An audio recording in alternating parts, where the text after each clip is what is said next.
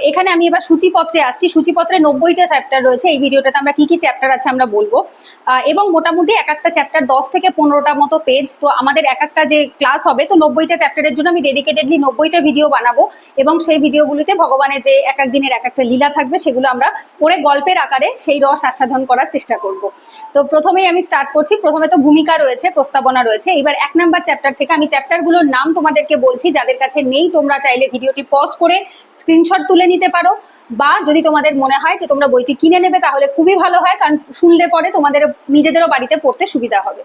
তো প্রথম যে চ্যাপ্টারটি রয়েছে, শ্রীকৃষ্ণের অবতরণ। ভগবান যখন আসলেন তখন তার আগের কি ঘটনাগুলো ঘটেছে, যেমন সমস্ত দেবদেবীরা এই ধরাধামে এক একজন এক ভগবানের এক একজন পিতা মাতা বা আত্মীয় পরিজনের রূপ নিয়ে তারা অলরেডি আগে থাকতেই এসেছিলেন, এবং কেন তিনি এসেছিলেন, তো এই অবতারণের যে লীলা কাহিনীটি রয়েছে সেটি রয়েছে চ্যাপ্টার 1।